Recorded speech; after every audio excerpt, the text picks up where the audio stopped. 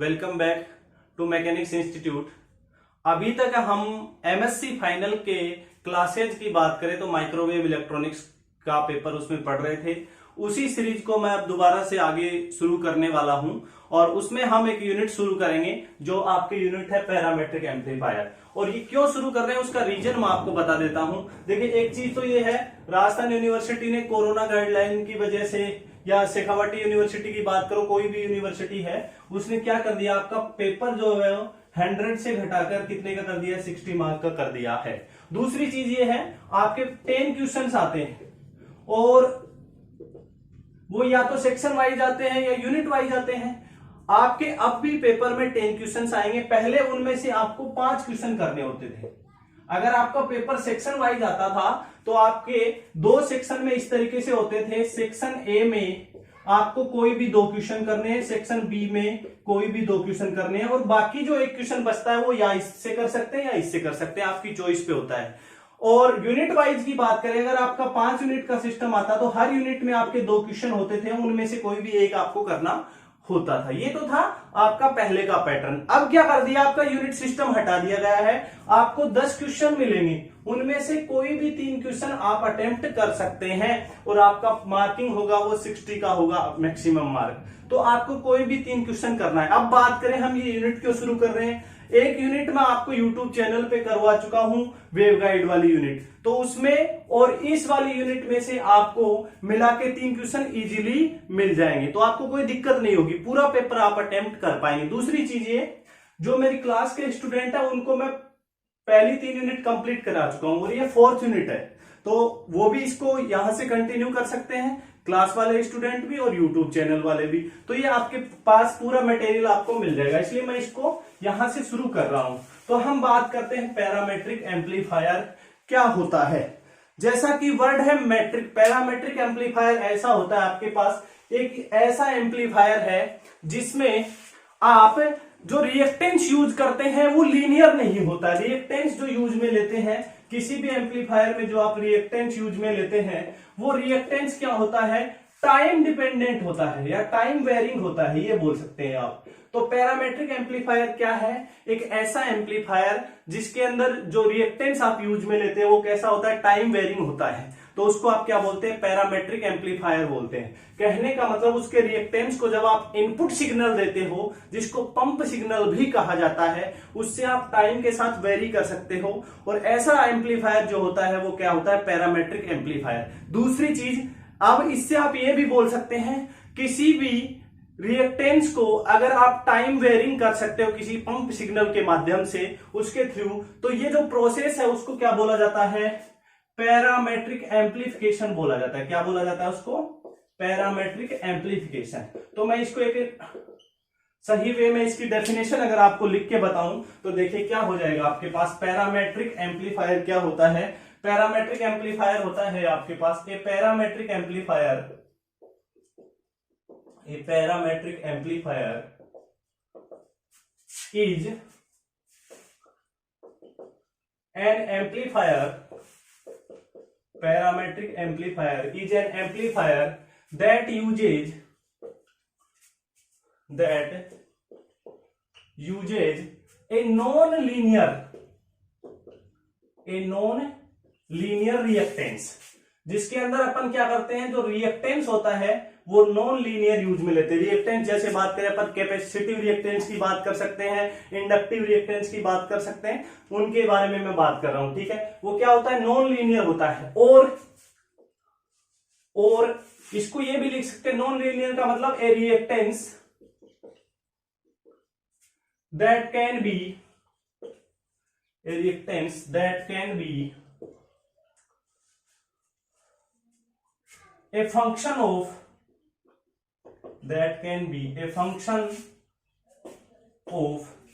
time by applying a suitable pump signal, और input signal भी बोलते हैं इसको, pump signal, suitable pump signal, या इसको इनपुट सिग्नल भी बोलते हैं। तो कहने का मतलब है अपन सूटेबल पंप सिग्नल या इनपुट सिग्नल देके हम उसको क्या कर सकते हैं, टाइम डिपेंडेंट कर सकते हैं, किसको, रिएक्टेंस को। तो ये जो एम्पलीफायर होता है उसको क्या बोला जाता है, पैरामेट्रिक एम्पलीफायर बोला जाता है। इतनी बात सभी को क्लियर हो गई। अब पैरामेट्रिक एम्पलीफिकेशन की बात करें तो क्या हो गया, हम इसको ये बोल सकते हैं द टाइम वेरिएशन, हम इसको इस तरीके से लिख सकते हैं the time variation of a reactive time variation of a reactive parameter can be used to produced amplification. कहने का मतलब किसी रिएक्टिव पैरामीटर या रिएक्टेंस का जो टाइम वेरिएशन है वो आपके किस काम में आता है, एम्प्लीफिकेशन या एम्पलीफायर बनाने के काम में आता है, produced amplification. This process is known as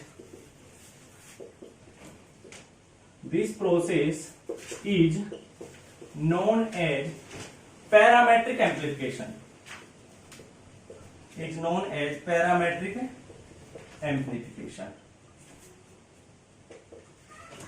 तो ये तो आपके पास पैरामेट्रिक एम्पलीफायर होता क्या है और इसका एम्पलीफिकेशन किस तरीके से किया जाता है। सीधी सी बात ये है, अगर आप उसके रिएक्टिव पैरामीटर को या रिएक्टेंस को क्या कर देते हैं, टाइम डिपेंडेंट कर देते हैं with the help of pump signal और इनपुट सिग्नल, तो वो आपका एम्पलीफिकेशन के काम में आता है, एम्पलीफायर बन जाता है और उसको पैरामेट्रिक एम्पलीफायर, और ये प्रोसेस जो है वो आपका पैरामेट्रिक एम्पलीफिकेशन बोला जाता है। ये तो एक इसका इंट्रोडक्शन हो गया यूनिट का कि हम इसमें क्या चीजें पढ़ने वाले। अब हर टॉपिक में आप देखेंगे कि इस तरीके से टाइम डिपेंडेंट करके अपन क्या करेंगे, उसको पैरामेट्रिक प्रोसेस में चेंज करेंगे। तो उसके बारे में हम बात करते हैं। सबसे पहले टॉपिक पे अब आते हैं हम। तो पहला टॉपिक क्या है उसकी बात करते हैं।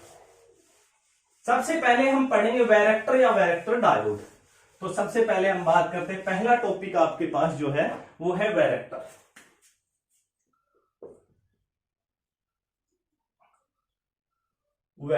पहला टॉपिक आपके पास क्या है, वैरेक्टर। जैसा नाम है वैसा ही काम है, वैरेक्टर। तो देखिए वैरेक्टर जो है वो वेरी वर्ड से बना, वेरी का मतलब है चेंज होना। तो सबसे पहले मैं इसका क्वेश्चन लिख देता हूं आपके लिए, बाद में ज्यादा बेटर रहेगा। क्वेश्चन क्या है, what do you mean by varactor, write some application of varactor diode, applications of varactor diode. तो सबसे पहले तो आपको यह पूछा गया कि ये होता क्या है और इसके एप्लीकेशन मतलब क्या क्या काम में आता है। तो सबसे पहली बात, वैरेक्टर क्या होता है। वैरेक्टर आपके पास एक ऐसा डायोड होता है जिसको हम एक कंट्रोल्ड मैनर में क्या कर सकते हैं, जिसका रिएक्टेंस जो अपन ने पढ़ा था किसमें, पैरामेट्रिक एम्पलीफायर में, उसको क्या कर सकते हैं, कंट्रोल्ड मैनर में वेरी कर सकते हैं, चेंज कर सकते हैं। इसलिए इसको क्या बोला जाता है, वैरेक्टर बोला जाता है। तो देखिए क्या हो जाएगा आपके पास, इसका आंसर की बात करें तो हम a device whose reactance can be varied in a controlled manner, control में रखते हैं लेकिन उसको in a controlled manner, और किसके माध्यम से, with a bias voltage, मतलब कुछ ना कुछ इनपुट देके, with a bias voltage is called varactor. तो वैरेक्टर का मतलब क्या हो गया, आपके पास एक ऐसा डिवाइस है जिसका हम इनपुट को के माध्यम से जिसका रिएक्टेंस क्या कर सकते हैं, वेरी कर सकते हैं। तो ये भी आपके पास एक प्रकार का पैरामेट्रिक ही हो गया।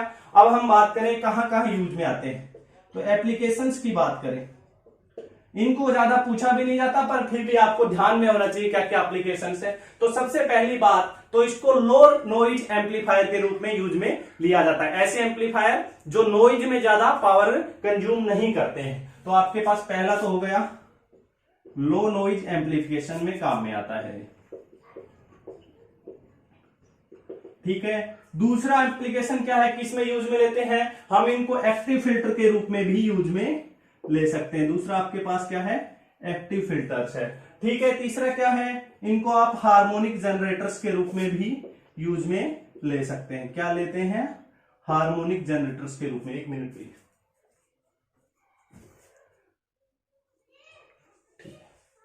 तो इस तरीके से हम तीन, तो ये हो गए आपके पास, लो नॉइज एम्पलीफिकेशन के रूप में यूज में ले सकते हैं, एक्टिव फिल्टर्स के रूप में, हार्मोनिक जनरेटर्स के रूप में यूज में ले सकते हैं, और आप इनको क्या ले सकते हैं, माइक्रोवेव फ्रीक्वेंसी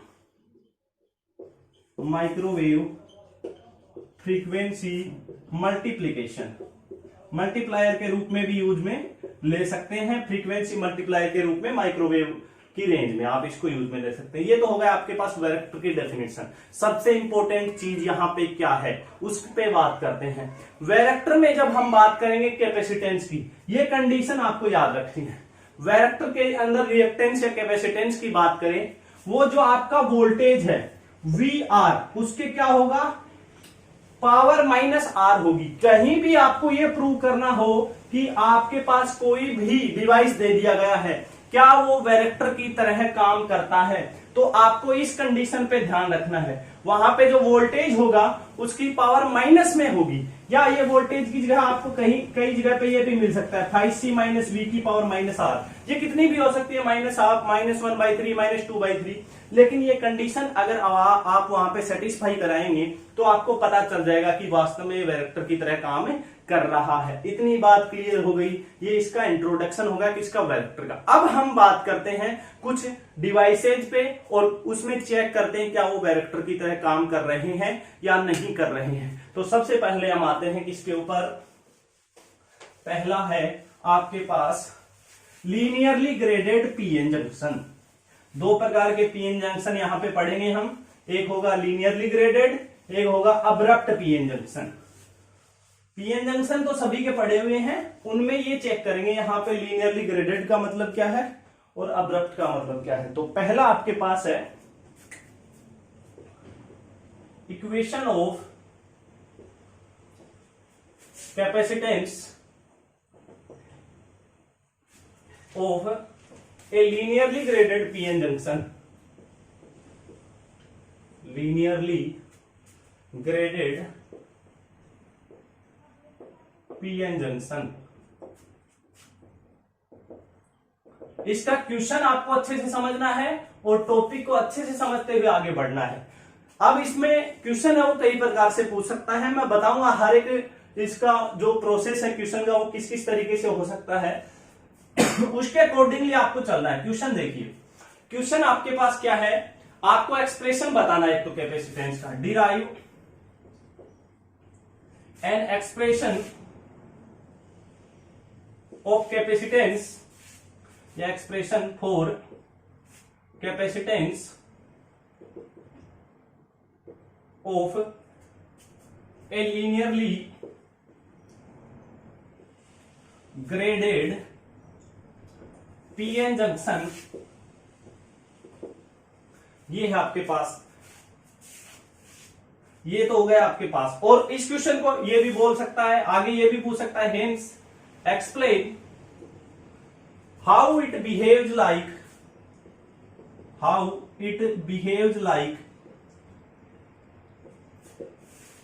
a vector।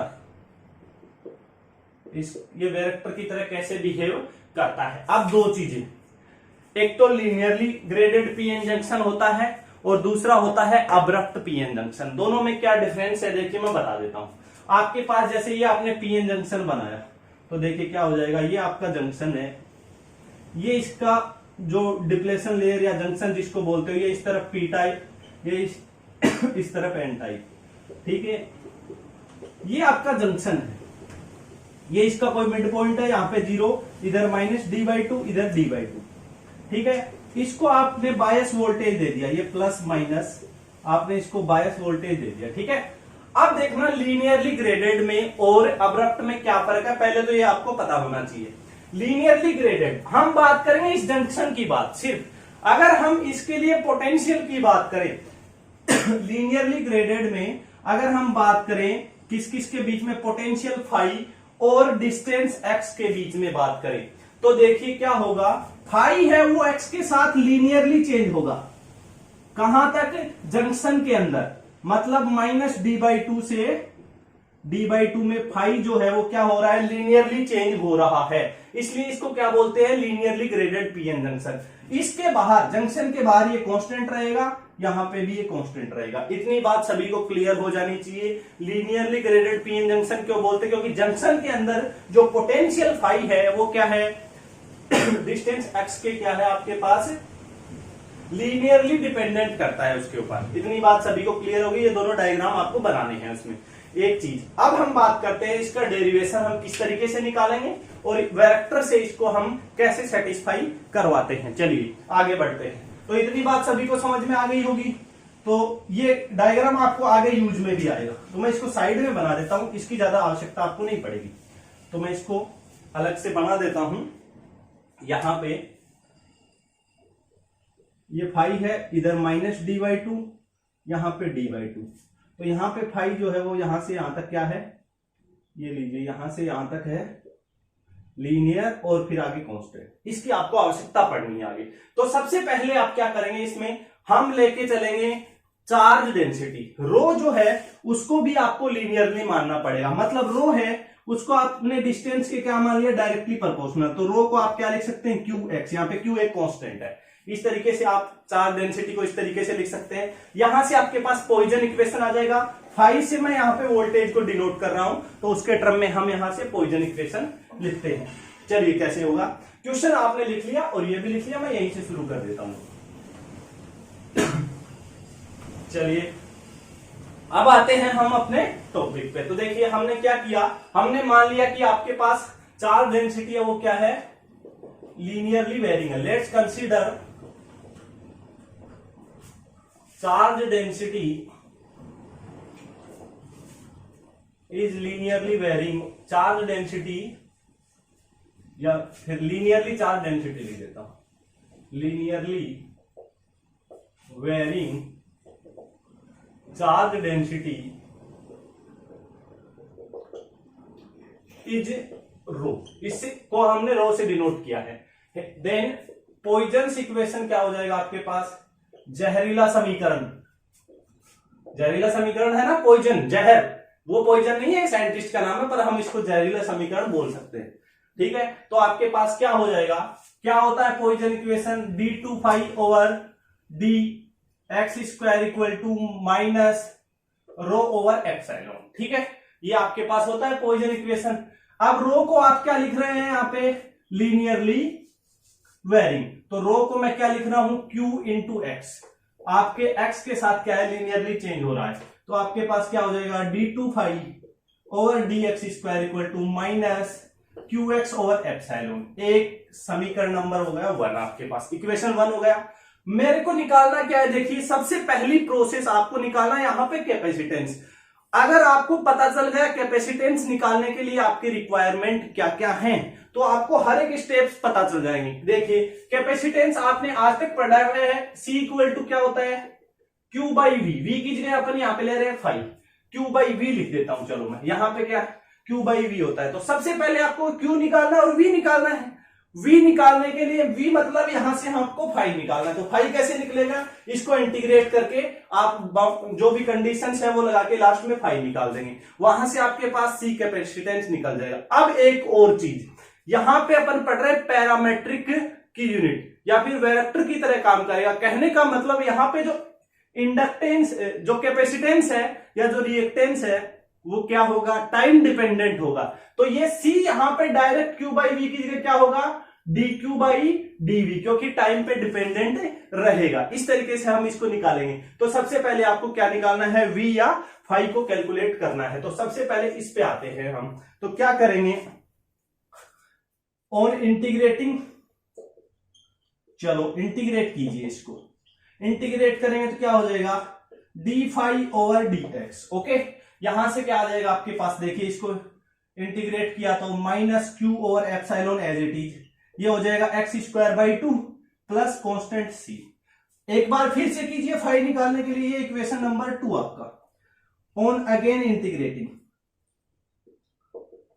एक बार फिर से आपने इसको इंटीग्रेट किया तो क्या हो जाएगा? यहां से फाई, इसका क्या हो जाएगा? माइनस Q ओवर एप्सिलॉन 2 पहले से था, एक्स स्क्वायर का क्या हो जाएगा एक्स क्यूब बाई 3 प्लस यहां से C X plus D, equation number 3। ये आपके पास क्या होगा, इंटीग्रेट करने पर होगा। अब हमको इसकी जरूरत पड़ेगी, देखिए यहां से at x equal to d by two, ये इधर एक्स है ऊपर फाई है, डी बाई टू पे देखो यहां पे आके आपके पास फाई क्या हो जाता है, कांस्टेंट हो जाता है। तो आपके पास फाई जो है वो क्या है, कांस्टेंट। तो d phi by d x यहां पे क्या आएगा, 0 आएगा या नहीं आएगा, तो यहां पे रख दो ये वैल्यू फ्रॉम इक्वेशन 2। इक्वेशन 2 में ये वैल्यू रखेंगे तो ये हो जाएगा 0 माइनस क्यू ओवर 2 एप्सिलॉन, ये इधर ले लिया, एक्स की जगह आपको क्या रखना है, डी बाई टू, ये लीजिए डी बाई टू का स्क्वायर, एक्स स्क्वायर है प्लस सी। तो यहां से क्या आ गया, ये आ गया आपके पास सी, ये माइनस इधर आएगा तो प्लस हो जाएगा, Q by 2 epsilon D square by 4। तो आपके पास सी क्या आ गया, Q D square over 8 epsilon, ये सी की वैल्यू आपके पास आ गई, कोई दिक्कत नहीं है। अब हमें क्या निकालनी है, डी और निकालनी है। अब देखो अगर हम बात करें x इक्वल टू 0 पे, एट x इक्वल टू 0, इस पॉइंट पे फाई 0 है या नहीं है, तो फाई कितना है 0, यहां पे रख दीजिए, यहां पे 0 रखूंगा, इस x की जगह 0, तो ये भी 0 हो गया टर्म, यहां पे भी 0, x की जगह 0 रखते पूरा 0 हो गया प्लस डी, तो यहां से d इक्वल टू कितना आ गया 0। तो देन फाई क्या आ गया आपके पास, d की जगह 0, c की जगह वैल्यू रख दो, माइनस क्यू ओवर 2 एप्सिलॉन, तो इसको ये हो गया आपके पास q over 6 epsilon x cube plus यहां पे c की वैल्यू रखो कितनी है, ये रही Q D square over 8 epsilon, ये c के रख दी इंटू एक्स है आपके पास, इक्वेशन नंबर आ गया 4 आपके पास। यहां से आपके पास क्या आ गया, फाई की वैल्यू आ गई, ये आपके पास फाई आ गया। यहां तक किसी को दिक्कत नहीं होनी चाहिए, क्या किया अपन ने, इंटीग्रेट किया है और जो कंडीशंस है वो लगा के आपने यहां पे वैल्यू रख दी, ये तो फाई आ गया आपके पास। अब देखना पोटेंशियल फाई आ गया, आपको निकालना है पोटेंशियल डिफरेंस किसके अंदर, जो जंक्शन था आपका, ये जो जंक्शन था इधर था माइनस डी बाई टू और ये था प्लस डी बाई टू, तो माइनस डी बाई टू से प्लस डी बाई टू के इस और इस पॉइंट, ये जो लेयर बन रही थी ना आपको डिप्लेशन लेयर बोलते हैं, यहां डी बाई टू यहां पे माइनस डी बाई टू, इन दोनों के बीच में पोटेंशियल डिफरेंस कितना है वो आपको कैलकुलेट करना है। तो उस पे आ जाते हैं हम,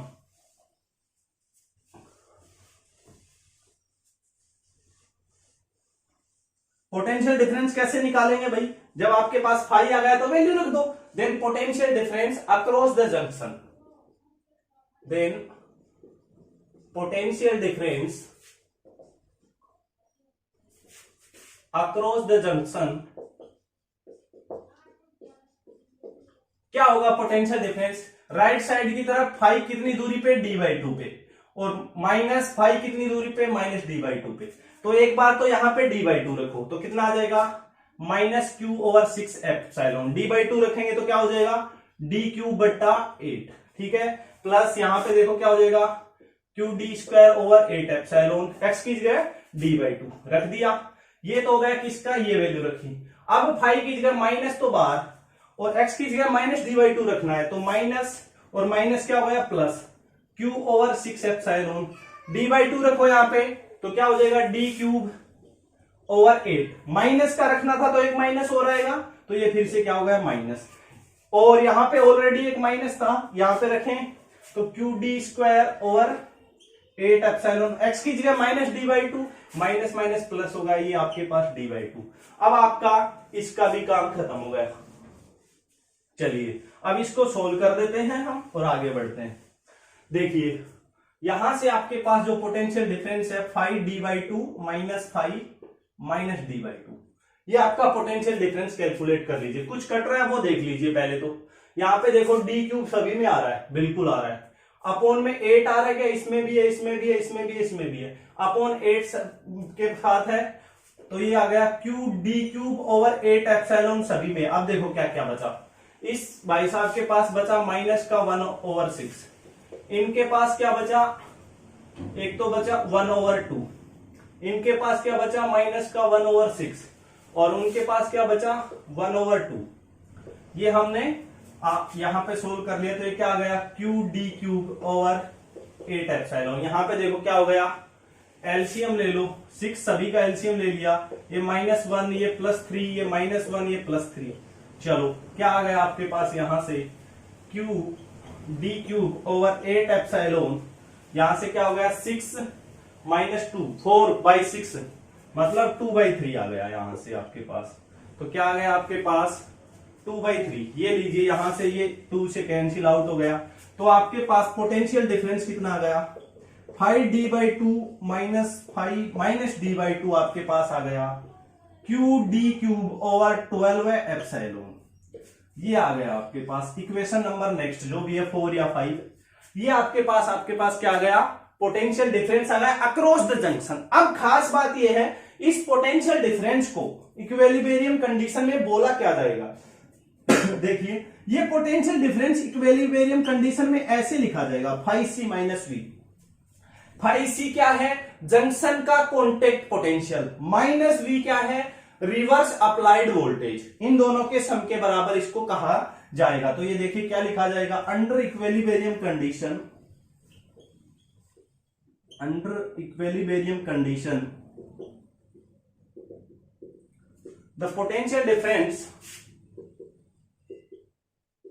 the potential difference across the junction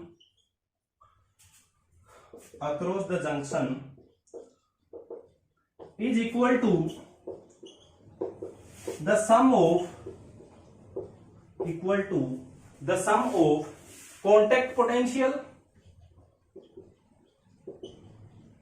contact potential phi c and negative applied bias voltage,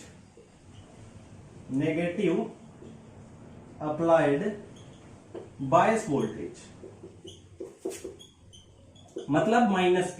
तो आप इसकी जगह क्या रखेंगे फाई सी और दूसरा सम करना है -v के साथ, तो फाई सी - v रखेंगे इसको। तो ये आपके पास क्या हो जाएगा phi C - v equal to क्या आ गया आपके पास Q D cube over 12 epsilon. ये आपके पास क्या आ गया पोटेंशियल डिफरेंस आ गया, जिसको आप इस तरीके से लिखेंगे। चलिए इतना काम आपका हो गया। अब हम बात करें यहां से डी की वैल्यू निकालनी, तो डी क्यूब क्या हो जाएगा फाई सी -v, 12 एप्सिलॉन इधर मल्टीप्लाई में आ जाएगा, तो ये हो गया 12 एप्सिलॉन फाई सी -v over Q. Equation number next, जैसे मेरे पास 5 है, ये आपके पास आ गया। अब ये तो आ गया आपके पास डी की वैल्यू, आपको क्या निकालना है total charge per unit area, charge per unit area is given by, देखिए ये आपका बन रहा था, ये यहां से ये d/2 था, यहां पे लीनियरली था, ये -d/2 है, यहां पे लीनियर था। अब आपका जो चार्ज है वो निकालना आपको, तो कैपिटल क्यू क्या हो जाएगा, आपको टोटल चार्ज निकालना है, चार्ज डेंसिटी रो आपको दे रखी है, तो क्या हो जाएगा rho into dx, total charge निकालना है आपको। ठीक है, तो टोटल चार्ज क्या हो जाएगा आपके पास, लिमिट देखना, एक तो लीनियर यहां से 0 से d/2 लिमिट ले लो, चाहे -d/2 से 0 ले लो, लीनियरली वेरी कर रहा है, तो मैं -d/2 0 ले लो, चाहे 0 से d/2 तक आप इसको वेरी करा दो, तो 0 से d/2 लिख दिया जाए, -d/2 से 0 लिख दो, तो Q आपके पास क्या हो जाएगा, रो की वैल्यू कितनी थी QX थी, स्मॉल QX, यहां पे ये Q चार्ज नहीं है, ठीक है ना, dx, तो कैपिटल Q क्या हो गया Q x²/2 0 to d/2 रख दो वैल्यू, तो कैपिटल Q क्या हो गया Q/2 तो बाहर, ये क्या हो जाएगा d²/4, तो यहां से Q आपके पास कितना आ गया Q d²/8, ये आपके पास चार्ज आ गया। इक्वेशन नंबर बोलो 6, आपके पास चार्ज आ गया, डी की वैल्यू यहां पे पुट कर दो, बाद में बोलना 6 इसको, डी की जगह यहां पे वैल्यू रख दो Q/8, डी की वैल्यू रखो, स्क्वायर चाहिए आपको, डी की वैल्यू क्या हो जाएगी इसकी पावर पूरे की 1/3, भाई यहाँ पे क्यूब है तो इधर आके 1/3 हो जाएगा, और आपको स्क्वायर करना है तो क्या हो जाएगा 12 एप्सिलॉन फाई सी -v ओवर क्यू की पावर क्या हो गया 1/3 है, और आपको चाहिए d², तो क्या पावर हो जाएगी 2/3 हो जाएगी आपके पास। ओके, तो यहां से Q देखो, यहां पे Q की पावर 1 और ये Q की पावर नीचे है 2/3, तो ये देखो Q की पावर 1 ऊपर जाके कितना हो जाएगा -2/3 अपॉन में 8, 12 एप्सिलॉन फाई सी -v और इसकी पावर 2/3 एज इट इज। तो देखिए कितनी बची 1 माइनस 2/3, तो क्यू की पावर कितनी बची 1/3 बची, अपॉन में 8 12 एप्सिलॉन 5c माइनस वी की पावर 2/3। ये आपके पास क्यू आ गया। इक्वेशन नंबर इसको दे दो 6। क्यू आपके पास आ गया। मैंने बताया था कैपेसिटेंस क्या होगा, C equal to dq by dv, और v की जगह यहां पे क्या है 5c माइनस वी। पोटेंशियल कितना है, potential difference 5c minus V. तो कैपेसिटेंस यहां से आप निकाल देंगे। तो देखिए कैपेसिटेंस कैलकुलेट करते हैं फिर। तो यहां से आपके पास कैपेसिटेंस कितना आ जाएगा, कैपेसिटेंस कैलकुलेट करें। Therefore capacitance per unit cross section area, per unit cross section area is क्या हो जाएगा आपके पास, C इक्वल टू क्या लिखेंगे dq बाई d, किसके रेस्पेक्ट में करना है 5c माइनस वी के। तो इसको डिफरेंशिएट कीजिए किसके रेस्पेक्ट में 5c माइनस वी के रेस्पेक्ट में। तो क्या आ जाएगा C इक्वल टू q की पावर 1/3 अपॉन में 8 एज इट इज। ठीक है, यहां पे एप्सिलॉन भी था क्या, एक बार चेक कर लेना। यहां पे नीचे एप्सिलॉन भी था क्या, नहीं, चलो ठीक है, ये आपके पास है। तो आपके पास क्या हो जाएगा q की पावर 1/3/8। अब इसके रेस्पेक्ट में करना है तो ये क्या हो जाएगा 12 एप्सिलॉन 5c माइनस वी की पावर 2/3 है। तो ये लीजिए 2/3, तो आपके पास 2/3 माइनस 1 इंटू 2/3 मल्टीप्लाई में। ठीक है, अब 5c माइनस वी के रेस्पेक्ट के साथ में कर रहे हैं तो इसके जो मल्टीप्लाई में है वो भी मल्टीप्लाई में आ जाएगा।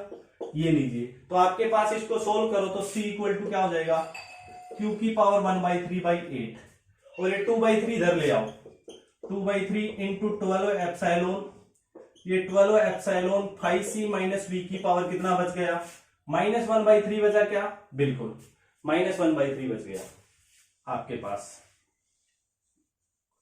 चलिए ये आपके पास -1/3 आ गया। तो टोटल देखिए कितना आ गया आपके पास,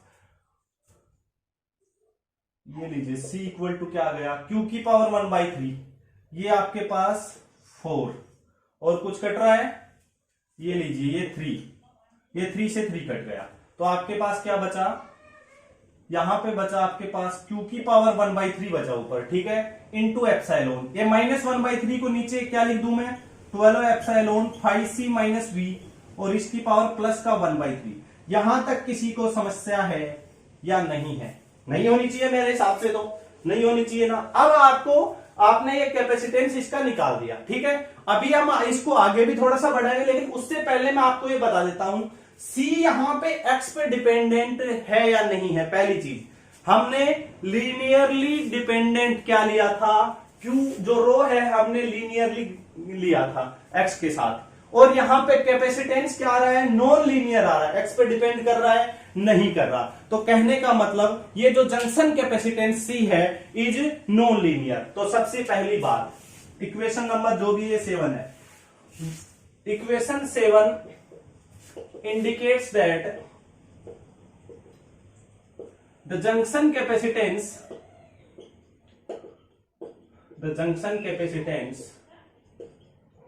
is non-linear। तो जंक्शन कैपेसिटेंस यहां पे नॉन लीनियर है। पहली बात सभी को समझ में आ गई, जंक्शन कैपेसिटेंस नॉन लीनियर किस पे डिपेंड कर रहा है, सिर्फ वोल्टेज V पे डिपेंड कर रहा है। इट डिपेंड्स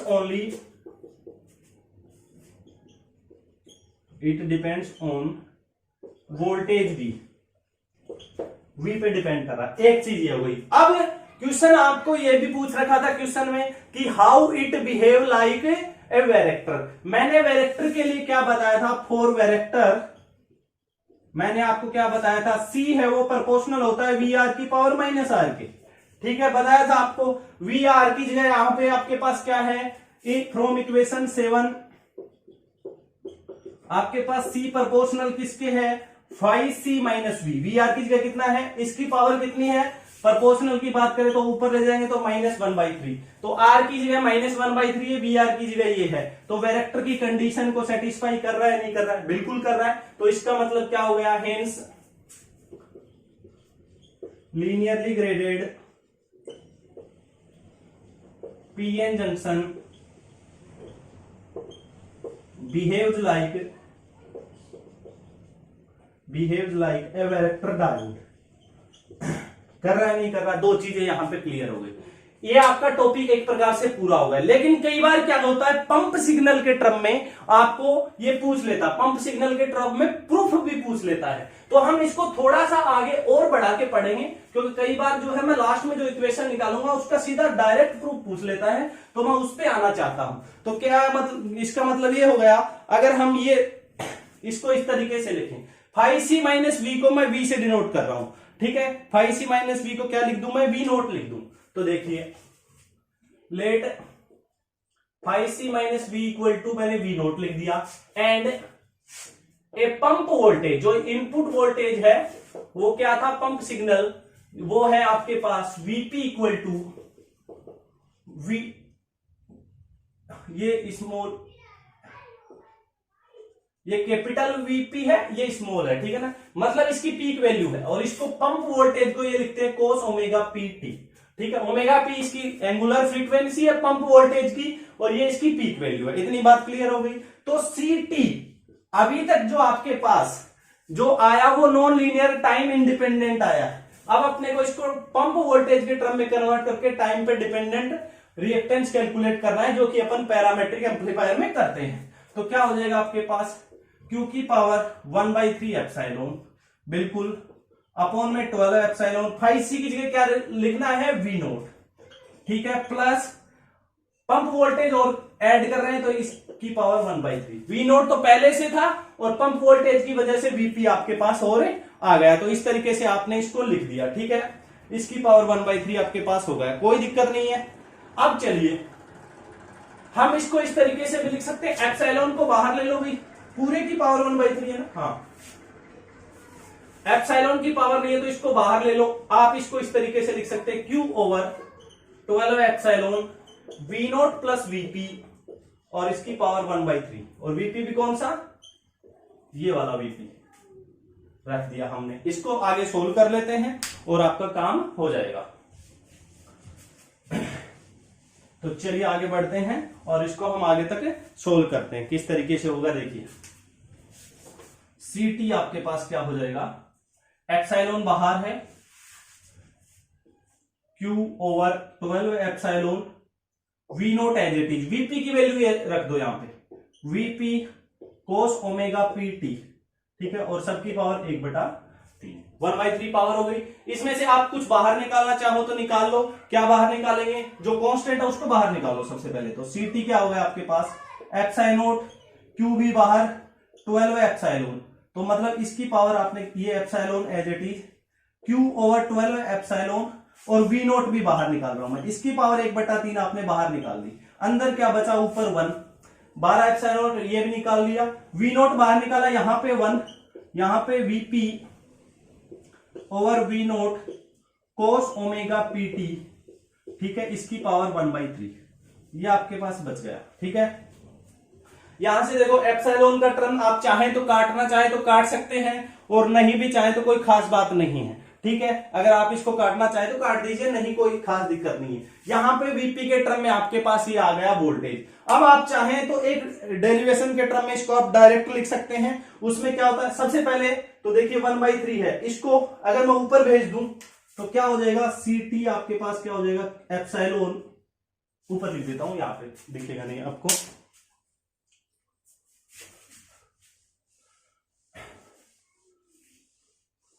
तो आपके पास क्या आ जाएगा, CT equal to epsilon Q over 12 epsilon V naught की पावर 1/3।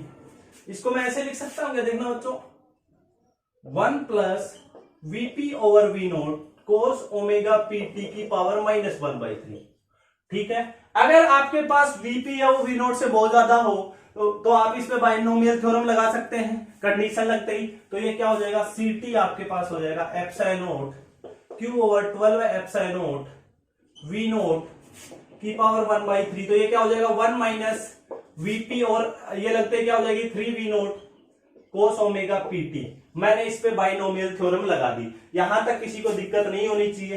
तो इस टर्म में भी पूछ सकता है, एक तो ये इक्वेशन भी आपको पूछ सकता है, इक्वेशन नंबर 8 सीधा प्रूफ ये पूछ सकता है, या फिर क्या करेगा, इसको आपको इस तरीके से पूछ लेगा, सी टी इक्वल टू, इसको सी नोट बोल देता है वो, और 1 + 2m cos थीटा, इसको ऐसे भी लिख सकते हो आप, cos ओमेगा पीटी को थीटा लिख सकते हो, ठीक है, और थीटा की बजाय ओमेगा पीटी लिख दो, ये लो, ये भी पूछ सकता है। अब देखो यहां पे किसको क्या माना है, सी नोट क्या है, ये भी पूछ सकता है, वेर सी नोट क्या है आपके पास, एप्सिलॉन Q/12 है, एप्सिलॉन V3 V नोट की पावर 1/3, ठीक है। और 2m की वैल्यू क्या है, 2m है आपके पास -VP/3 V नोट, ये दो चीजें मानी है इसने, ठीक है। तो ये आपके पास कुछ कांस्टेंट है, इनको माना है। और थीटा, अगर यहाँ पे थीटा लिख दे हो आप, तो ये क्या हो जाएगा, theta equal to omega PT, अगर थीटा के टर्म में लिखते हो आप, तो ये आपके पास सीटी हो जाएगा। ये आपको कई बार क्या, यहां पे थीटा लिख दो, कई बार ये प्रूफ पूछ लेता है, कोई दिक्कत नहीं है। ये आपके पास क्या हो गया, लीनियरली ग्रेडेड पीएन जंक्शन का equation 9 represent the capacitance of linearly graded PN junction. तो इसके कैपेसिटेंस को ये क्या करता है, रिप्रेजेंट करता है। बहुत इंपॉर्टेंट क्वेश्चन है, यूनिवर्सिटी में कई बार पूछा गया है, ध्यान रखना है आपको। अगर प्रूफ नहीं भी पूछे तो आप इसको यहां तक कीजिए। अगर आपको ये पूछता है कि ये linearly graded PN junction vector की तरह काम करता है, तो मैंने बता दिया पीछे, क्वेश्चन को ध्यान में रखते हुए आपको करना है। तो इस तरीके से आप लीनियरली ग्रेडेड पीएन जंक्शन के बारे में बात कर सकते हैं। अब ये पैरामेट्रिक एम्पलीफायर में क्यों पढ़ रहे हैं, क्योंकि आपको साफ साफ दिख रहा है जो सी है वो टाइम पे डिपेंडेंट आ रहा है। मैंने पैरामेट्रिक एम्पलीफायर की डेफिनेशन में आपको बताया था कि जो जो रिएक्टेंस होगा वो आपके पास क्या होगा, टाइम डिपेंडेंट होगा, टाइम पे वेरी करेगा। तो कर रहा है ऑब्वियस है, सी है वो टाइम पे डिपेंड कर रहा है। अभी तक आपने सी को क्या पढ़ा है, कांस्टेंट पढ़ा है। कई बार क्या करते हैं, जो सी कैपेसिटर में जब कांस्टेंट होता है तो इस सिंबल से डिनोट करते हैं, और कई बार जब सी है वो टाइम का फंक्शन होता है तो इसको इस सिंबल से डिनोट करते हैं, या एरो का साइन भी लगा देते हैं। तो ये हम आगे डिस्कस करने वाले हैं, यहाँ किस तरीके से हम इसको लिखेंगे। ओके, ये हो गया आपका linearly graded PN junction. Next class में हम पढ़ेंगे अब्रप्ट पीएन जंक्शन। उसमें भी क्वेश्चन यही रहेगा, आपको कैपेसिटेंस निकालना है और फिर प्रूव करना है कि वो भी वेक्टर की तरह काम करता है या नहीं करता है। ओके, तो इस तरीके से हम नेक्स्ट टॉपिक को डिस्कस करेंगे। बस प्रोसेस आपको समझ में आना चाहिए कि कैपेसिटेंस निकालने के लिए क्या क्या आपकी रिक्वायरमेंट होती है। ओके स्टूडेंट्स, थैंक यू, अगली क्लास में मिलते हैं।